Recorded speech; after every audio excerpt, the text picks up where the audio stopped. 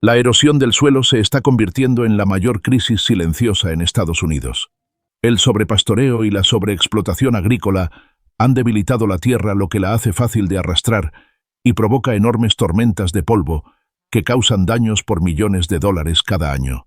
Pero desde Canadá hasta el sur de Estados Unidos se está llevando a cabo un proyecto de regeneración de tierras sin precedentes. ¿Podría este plan masivo realmente revertir el desastre?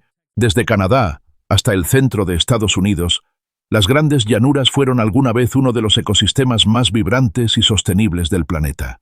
Durante miles de años, los pastos nativos con raíces profundas anclaron el suelo y conservaron la valiosa humedad durante las sequías. Aunque la erosión existía, se mantenía bajo control. Esta tierra también fue hogar de alces, lobos, osos negros y sobre todo de enormes manadas de bisontes que se extendían hasta donde alcanzaba la vista. Gracias a este ciclo natural, la región ganó el apodo de El Granero de América, alimentando a millones de personas y sentando las bases de la prosperidad de la nación. Pero la abundancia de las grandes llanuras no duró para siempre. A principios del siglo XX, cuando estalló la Primera Guerra Mundial y los precios del trigo se dispararon, los agricultores en las llanuras del sur araron aún más pastos nativos para sembrar trigo, sin preocuparse mucho por la conservación del suelo. Los tractores, los arados de disco unidireccionales y el poder de la mecanización hicieron que cultivar fuera más fácil que nunca, pero también dejaron la tierra desnuda. El sobrepastoreo, la desaparición de las manadas de bisontes que alguna vez equilibraban el ecosistema, y después, a partir de 1931, una severa sequía que se prolongó hasta 1934, dejaron la tierra devastada. Las cosechas fracasaron y los campos quedaron vacíos. Con la desaparición de los pastos, ya no había raíces profundas que mantuvieran el suelo en su lugar, y el viento comenzó a llevarse la tierra. La destrucción de la vegetación y del suelo desató enormes tormentas de polvo que causaron estragos en la economía. Cuando las tormentas de polvo arrasaron las grandes llanuras en los años 30, la gente enfrentó no solo campos agrietados y castigados por la sequía, sino también cielos oscurecidos por nubes de polvo.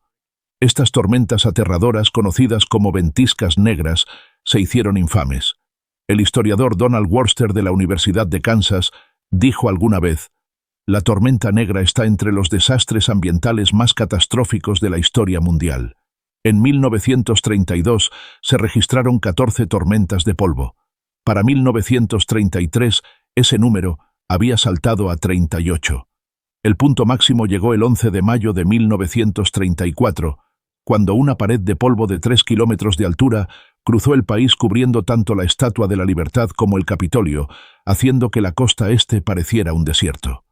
Sin embargo, nada se comparó con el 14 de abril de 1935, Domingo Negro. Ese día, alrededor de 3 millones de toneladas de capa superior del suelo fueron arrancadas de las grandes llanuras.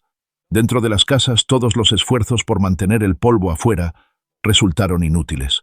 La gente colocaba trapos húmedos debajo de las puertas, sellaba ventanas y colgaba toallas mojadas para filtrar el aire, pero aún así el polvo se metía en cada rincón, desde las camas y las mesas, hasta incluso las cerraduras de las puertas. En los caminos, las peores tormentas interrumpían el tráfico de autos y trenes, arruinaban los sistemas de encendido con electricidad estática y obligaban a los conductores a poner cadenas para conectar los vehículos a tierra. El polvo lleno de sílice irritaba las membranas mucosas y provocaba dolor en el pecho, dificultad para respirar y la llamada neumonía por polvo. A la gente se le aconsejaba usar cubrebocas en todo momento, pero ofrecían poca protección. Según las Naciones Unidas, la neumonía por polvo cobró miles de vidas, aunque la cifra real sigue siendo desconocida. Para 1934, unas 54.000 millas cuadradas de tierras de cultivo estaban completamente muertas y otros 500.000 kilómetros cuadrados estaban perdiendo su capa superior de suelo. Los campos se convirtieron en polvo, los agricultores lo perdieron todo y más de 750.000 granjas tuvieron que cerrar. Muchas familias no tuvieron otra opción que abandonar sus hogares. En los años 30 se estima que 2.5 millones de personas dejaron los estados del tazón de polvo, como Texas, Oklahoma, Kansas y Nuevo México. Estos migrantes llegaron a ser conocidos como oquies. Tan solo California recibió hasta 250.000 Okies. Pero la tierra prometida no los recibió con los brazos abiertos. En California los Okies vivían como personas sin hogar o incluso como refugiados, tomando los trabajos más duros y peor pagados en las granjas y amontonándose en campamentos improvisados junto a zanjas de riego. El término Okie pronto se convirtió en un insulto. Su sufrimiento quedó inmortalizado en las sobrecogedoras fotografías de Dorothea Lange y en la novela de John Steinbeck, Las uvas de la ira. Después de los años oscuros del Dust Bowl, la gran pregunta era: ¿cómo podían las personas seguir viviendo y cultivando en tierras tan gravemente dañadas? El presidente Franklin D. Roosevelt declaró que si no se actuaba pronto, no solo los agricultores, sino todo el futuro de Estados Unidos quedaría enterrado bajo capas de tierra seca. Así, en 1935 lanzó el programa Shelter Belt, o simplemente la siembra de una muralla verde que se extendía desde la frontera con Canadá hasta el norte de Texas, con el objetivo de frenar el viento, retener la humedad y prevenir la erosión. Este se convirtió en uno de los proyectos de restauración ambiental más audaces en la historia de Estados Unidos.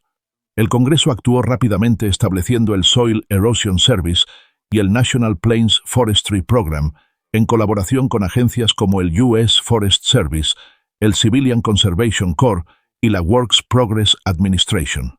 El gobierno proporcionó plántulas gratuitas y envió ingenieros agrícolas para guiar el proceso. A los agricultores que luchaban por sobrevivir, se les pagaba $1 por acre para adoptar nuevas técnicas, una suma pequeña pero suficiente para ayudarles a resistir. Ellos ofrecían su tierra, cavaban hoyos y tenían que cuidar los árboles durante 2 a 4 años, hasta que pudieran soportar las tormentas. Imagina en campos que antes solo estaban cubiertos de polvo, comenzaron a aparecer hileras de árboles jóvenes y frágiles, símbolos de esperanza. La magnitud del proyecto Shelter Belt asombró a la nación. Se plantaron más de 220 millones de árboles a lo largo de 18.600 millas cuadradas, formando una enorme barrera contra el viento de casi 160 kilómetros de ancho, que se extendía por varios estados desde Canadá hasta Texas. Era en verdad una muralla viviente contra las fuerzas implacables de la naturaleza. Para resistir el viento, la arena y la sequía, se eligieron especies resistentes: el espino negro, el fresno verde y el enebro duro. Se plantaron en hileras paralelas, separadas de 1 a 2 kilómetros como una armadura natural, que frenaba el viento y ayudaba al suelo a retener la humedad. Las sequías continuaban y muchas plántulas morían poco después de ser sembradas. La gente tenía que replantar una y otra vez con paciencia. Aún así, poco a poco, comenzaron a aparecer franjas verdes sobre la tierra árida. En la primavera de 1938 apareció una última señal de esperanza en las vastas llanuras. Las lluvias constantes regresaron ablandando la tierra endurecida y trayendo nueva vida. El trigo, el pasto y el algodón comenzaron a brotar cubriendo los campos que antes el viento había dejado desnudos. Incluso las tormentas de polvo más pequeñas se debilitaron notablemente, como si la propia tierra soltara un suspiro de alivio. Después de solo una temporada, los resultados eran claros. La superficie de tierra severamente erosionada cayó de 50 millones de acres en 1935 a solo 9.5 millones de acres. Los campos que habían sido devastados por el viento ahora estaban cubiertos de verde fresco y las tormentas de polvo casi desaparecieron. Para diciembre de 1939, el Dust Bowl se reducía únicamente al suroeste de Kansas y al sureste de Colorado, una señal de que la tierra estaba volviendo a la vida. La erosión del suelo disminuyó hasta en un 65% en pocos años. El viento se redujo entre un 25 y un 50% gracias a las barreras de árboles, y la nieve invernal se mantenía en su lugar, aportando agua valiosa para la primavera. El ecosistema también se recuperó. Poco a poco regresaron las aves y la vida silvestre. Tan solo en 1935 se habían plantado más de 6.5 millones de árboles, como el espino negro y el fresno verde, formando sólidas barreras verdes contra el viento. Para finales de los años 30, los campos que antes estaban despojados de vida prosperaban de nuevo. El viento se había calmado, el suelo se había estabilizado, y la gente comenzó a creer que sí podían vencer a la naturaleza si trabajaban con ella. Tanto el pueblo estadounidense como el gobierno declararon que esta había sido verdaderamente la mayor respuesta ambiental en la historia de Estados Unidos. Pero a pesar de estos primeros éxitos, el proyecto Shelter Belt pronto reveló desafíos y desventajas que pocos habían anticipado. Los informes mostraban que en algunas zonas apenas entre un 15 y un 20% de los árboles jóvenes sobrevivían, lo que significaba que miles de hectáreas de bosque se perdían en solo unos años. Los lugareños recordaban años de calor inusual, cuando apenas una semana sin agua secaba incontables jóvenes saxaules y pinos, obligando a los agricultores a desvelarse tratando de salvarlos. Mantener los bosques requería mucho más que regar o podar. La mano de obra, las bombas, los fertilizantes y los pesticidas desgastaban constantemente los presupuestos. El gobierno federal llegó a gastar hasta $75 millones en solo 7 años para sostener el programa. Además, algunas especies de árboles como el olmo y el álamo inicialmente se esperaba que frenaran el viento y sujetaran el suelo.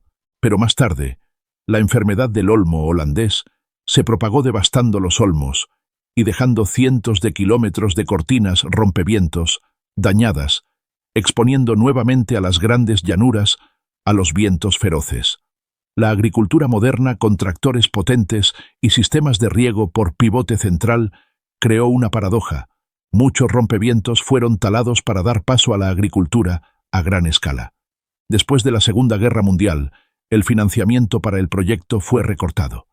Con presupuestos más limitados, muchos bosques jóvenes fueron descuidados, dejados a secarse o a ser derribados por tormentas. Como resultado, gran parte del arduo trabajo de decenas de miles de agricultores y voluntarios se perdió. Muchas de estas franjas de árboles aún existen hoy en estados como Nebraska, Kansas, Dakota del Sur y Dakota del Norte. Los estadounidenses alguna vez llamaron a estas hileras de árboles la Gran Muralla Verde, pues conectaban la tierra, bloqueaban las tormentas de arena, preservaban la fertilidad del suelo y ayudaban a dar forma a políticas de conservación del suelo y agricultura sostenible. La erosión del suelo sigue siendo un problema serio en Estados Unidos sin importar la época. En los últimos años, una de las soluciones clave ha sido replantar cortinas rompevientos. Estas hileras de árboles no solo reducen la fuerza de los vientos invernales, sino que también retienen la nieve, mejoran el microclima y brindan refugio a aves y pequeños animales, aumentando la biodiversidad. Tan solo en Nebraska, la superficie de cortinas rompevientos ha crecido a más de 2 millones de acres en la última década, ayudando a estabilizar el suelo y a reducir el impacto de las tormentas de polvo. Además, sembrar cultivos de cobertura, aunque sencillo, sigue siendo altamente efectivo. De 2012 a 2017, la superficie de cultivos de cobertura en Estados Unidos casi se duplicó, alcanzando cerca de 15 millones de acres, lo que demuestra que los agricultores poco a poco están cambiando de métodos tradicionales a soluciones más sostenibles. Para proteger los pastizales y el suelo a largo plazo, también se utiliza ampliamente el pastoreo rotacional. En lugar de permitir que el ganado consuma por completo un campo, los agricultores dividen la tierra en secciones y rotan a los rebaños según un plan. Esto le da tiempo al pasto para recuperarse, fortalece las raíces, protege el suelo, mantiene la fertilidad y conserva más agua en el subsuelo. Junto a las medidas biológicas, la tecnología moderna también desempeña un papel vital. Los sistemas GIS, los sensores de humedad del suelo y los análisis del terreno ayudan a los agricultores a monitorear y gestionar pastizales y tierras de cultivo con precisión. El proyecto Shelter Belt de las Grandes Llanuras no fue solo una enorme obra ecológica, sino también una lección histórica. Cuando la naturaleza se vuelve contra nosotros, solo la naturaleza misma puede salvarnos. Cientos de millones de árboles formaron una muralla verde que ayudó a que el suelo se recuperara y a que la agricultura estadounidense volviera a levantarse. Esta historia nos deja con una pregunta. Si pudieron hacerlo en los años 30, ¿qué estamos esperando hoy frente al cambio climático? ¿Qué opinas? ¿La tecnología moderna o nuevas murallas verdes? Déjanos tu comentario aquí abajo y no olvides suscribirte a nuestro canal para acompañarnos en este viaje.